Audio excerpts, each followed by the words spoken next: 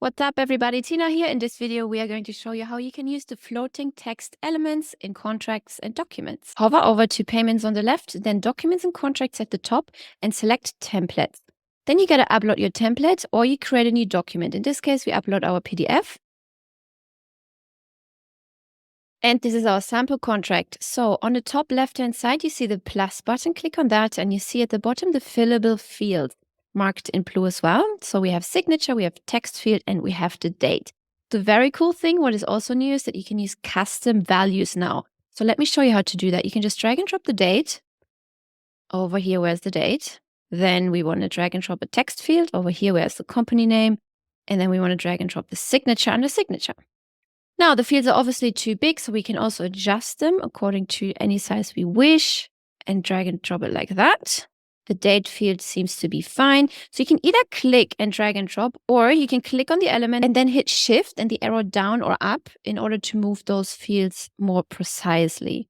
This takes a long time, so if you want to speed this up, you can also hit shift control and then you see the fields move a lot faster up and down. You also see a menu here. If you hover over each of those elements, you can copy an element or you can delete it, or here you can add a custom value. So let's copy one.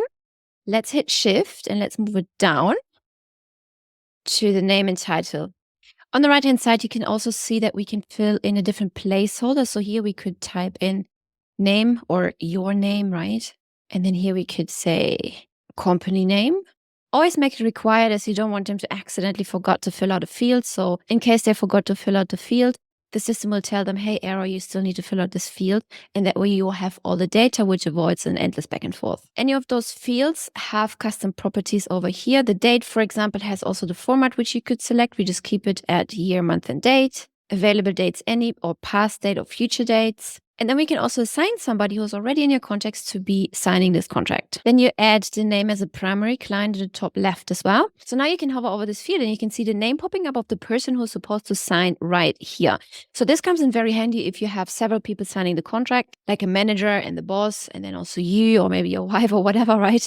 Then you can just duplicate, move it, and then you can assign it to whoever else should be signing this, okay? And then if you hover over this name tag here, you can also see my name popping up here. If you hover over it, see, Tina shows up here. So that's really cool as well, because now it has been assigned to the contact which you have attached to the signature. So we can also add the custom values right here. You hover over the field, then the last icon in this pop-up menu, this little gray pop-up menu here, you click on custom values, and then you can also select the contacts right here. Let's say full name. And then you can see here the custom values popping up. I hope you liked this video. And now you can go ahead and cancel your DocuSign, PandaSign, whatever else other subscriptions, and just use contracts and documents within this system. I will see you in the next video.